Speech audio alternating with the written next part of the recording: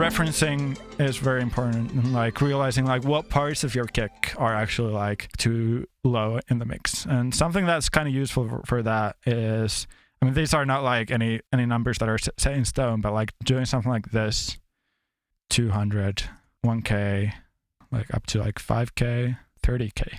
And listening to your track and a reference track. You don't need to have a plugin. You can just solo a track that has like a reference track on it. Turn off all the compression going on.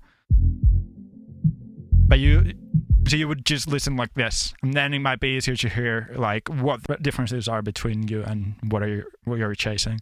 So you might find out that like, oh, the bass is actually what's carrying most of the weight in the low end, and the kick is not that heavy in the low end, or the other way around. Isolating the issue to like as fine grains as possible, like that's something that helps me personally. You might have an issue of like the kick being too low, but then if you just turn the kick up, then everything gets distorted and mushy. So then you kind of have to like get more granular and like do stuff like this, or like other kinds of referencing.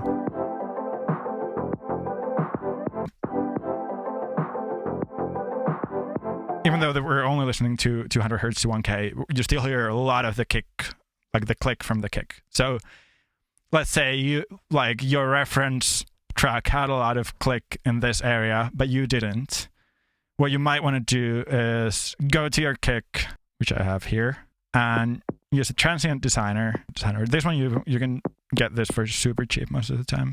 You can probably get for like, usually it's like $10 or $29, or do a band that's like in that rough area where you want more punch, so you don't like mess up with the low end balance. I mean, you might want to do this in context with the whole mix.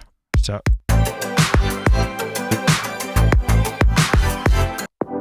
compare like this with the original track, then you can tell like, oh, how much do I need to put in to have the same kind of impact in the 200 to 1K area. It's a process that takes like years to be able to like actually do it confidently, but there are like shortcuts like this, getting to the crux of the issue quicker. Don't be afraid of like put an EQ on the master and like boost the lows until it's at a level where it feels good to you. Like there's nothing wrong about like EQing your monitor outputs as long as you know what you're doing. Like turn the lows up until it feels good to you, like listening to your favorite music. And that's a way better reference than just like mixing on a pair of headphones that you don't even like the sound of. Like how can you make something that sounds good if what actually sounds good doesn't sound good to you? Too often the discussion about monitoring revolves around like flatness, or which is just bullshit, because nothing is truly flat and everybody has different hearing and everybody has different tastes. So finding something that aligns with your taste and like how you hear things personally, like, is super important. People need to stop obsessing about the LUFS or whatever. Just make the track feel good. Don't care about the LUFS. Like, that should be the job of the mastering engineer anyway. I mean, I don't care about it at all.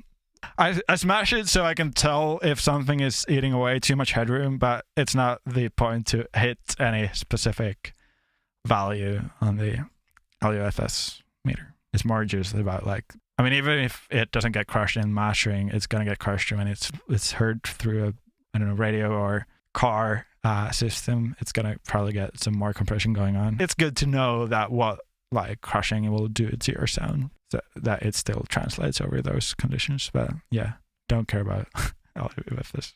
It won't help. Yeah, doesn't make better sounding records. Anyway, yeah, thanks everyone.